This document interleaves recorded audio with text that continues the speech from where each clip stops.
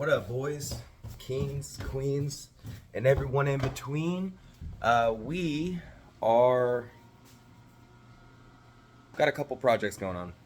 We got the kiln going, but also I wanted to do a reclaim video because we're overhauling our reclaim process. So I want to show you guys how we're going to start doing that, and maybe I'll show you the old way that I used to do it, and we'll start with the clay slurry and all the way until we wedge it. Alright, so the first thing here is that we have 4 buckets of clay that we need to get the water out of before we can actually mix it. Or I just think it'll be easier than if we mix it, because it'll be less water in it, of course. So we got our mop bucket over here.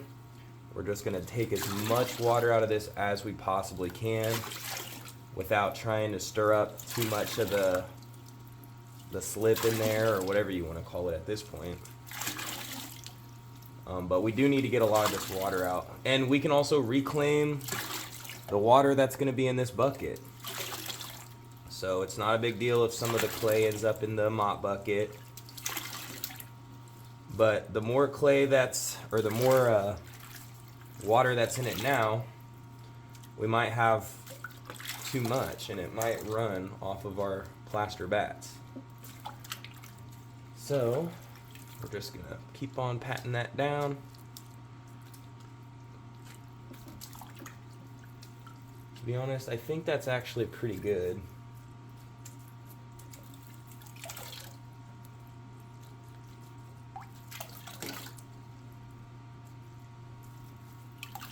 Because now that one's pretty much all slip.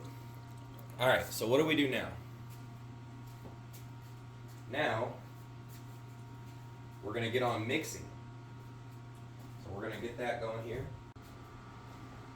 Alright, y'all, so we got our Clay Buster 2001. We renamed it, guys, the Clay Buster 2001. Just got to get our chuck ready. And we'll put our router, whatever the fuck this thing is called, in it. Make sure it's nice and tight. And we'll go ahead and get this hooked up. Now we know it's going to work, but we got to figure out if it's really going to be able to do this. So let's get on mixing.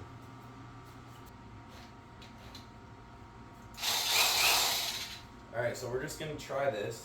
We're just going to put it.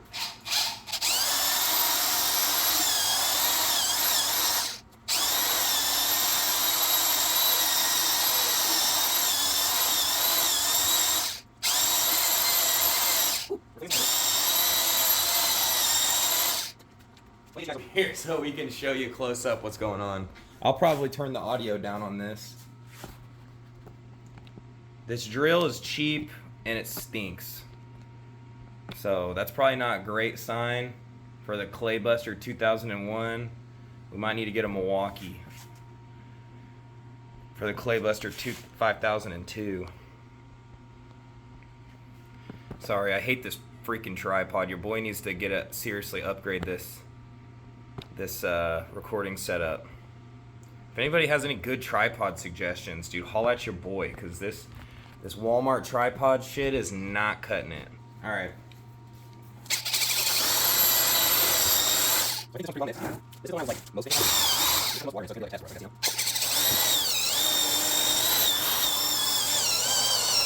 Damn, our Clay Buster can't even. She's smoking, bro. She's smoking. This might be something we're gonna have to start doing by hand, I guess. Because our Clay Buster 2001, she can't handle it. It's a real shame about that girl.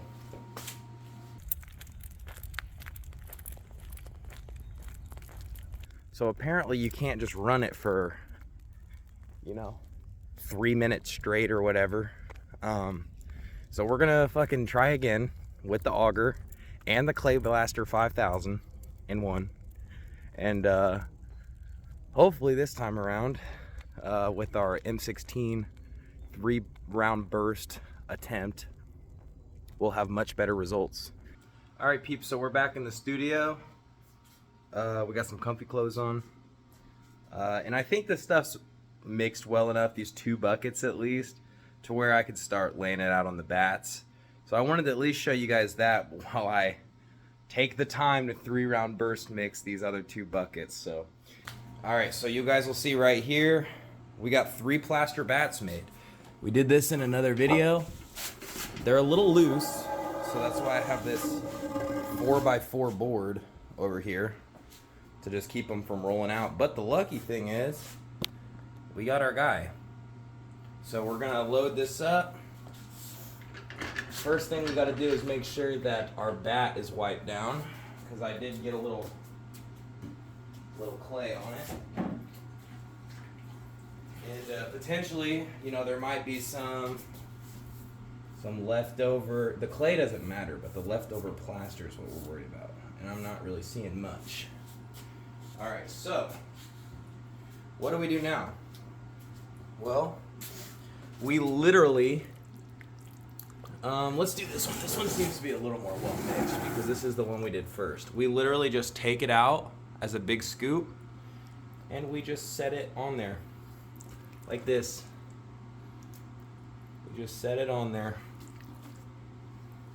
And we'll have to fill all 3 up like this, because this is what's gonna suck up all the moisture out of this clay.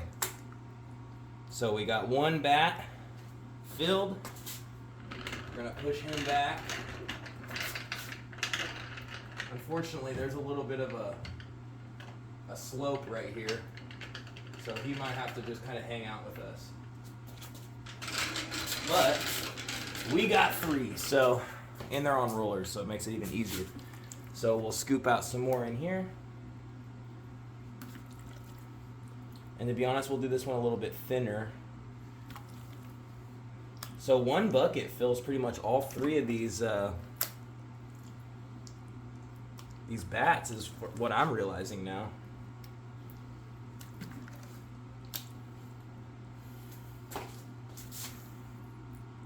So we got 2. And then the 3rd one actually is going to be a little bit harder to pull out.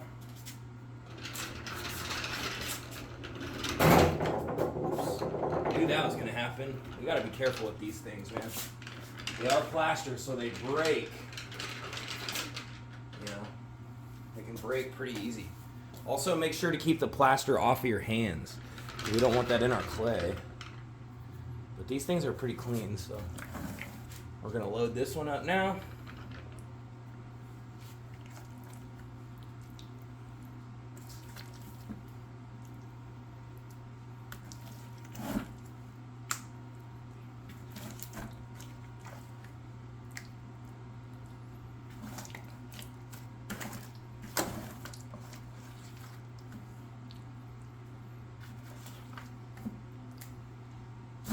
We can grab a little more out of this one. But I think that's pretty much good for our bats. So let's zoom out and see what we got. Real quick, let me wash my fingies off.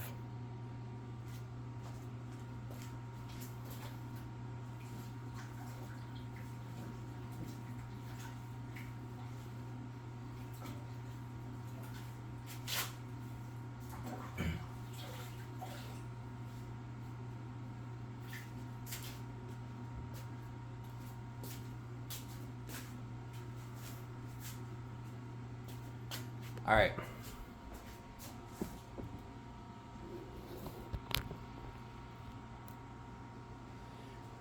All right, guys, so now with this, we're just gonna lay our board back down. Just make it a little bit easier on us here. And we're gonna move our bats to the corners. And over the next day, what's gonna happen is these are gonna dry. And then we'll flip them. So that's pretty much what we got going there. All right, what is up, guys? It's been a little over a week since we started our reclaim project here. So I just want to pull these out and see what we're working with, because I know that this clay is pretty much dry. So I'm gonna try to take this off here and put it on the table so that I can start wedging it up. All right, so let's see. This is probably gonna be hard to get off of here. Well, oh no, it's not. But it is pretty much almost like wedgeable. Oh yeah, this is why we buy pottery plaster, guys. That is exactly why we buy pottery plaster. Now we move on to the next one.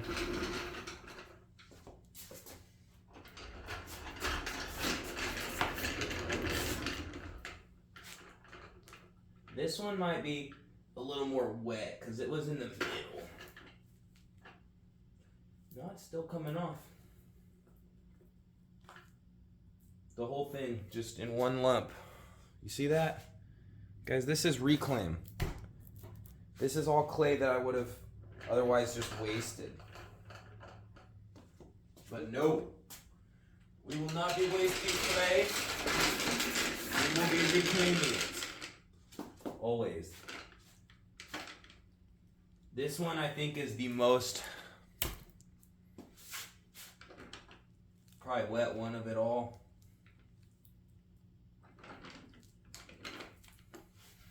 And it's still coming off. This one was in the back corner. Because you see the pottery plaster is made for this shit, man. But I will say, maybe it'll be hard to get this bit off. I don't know. Nope. Alright. So I'm gonna real quick wipe my fingies off and then I'll show you what we got. Alright boys, so here's our big ass pile of clay. I don't know, that's probably like 50 pounds. So basically what I need to do is I need to fill these vats again with more clay, and I need to wedge this stuff up. But at the end of the day, that's literally all that goes into it. This clay is pretty much ready to wedge, guys. I'm gonna let it sit out overnight like this, air dry a little bit more, and then I'm gonna come down here and just wedge this shit up tomorrow. So yeah, this whole process is pretty easy. You know, we made the bats. I showed you guys what we do with the clay before we dry it on the bats, and then basically the finished project. Like I said, we can wedge this up probably tomorrow and be throwing with this shit.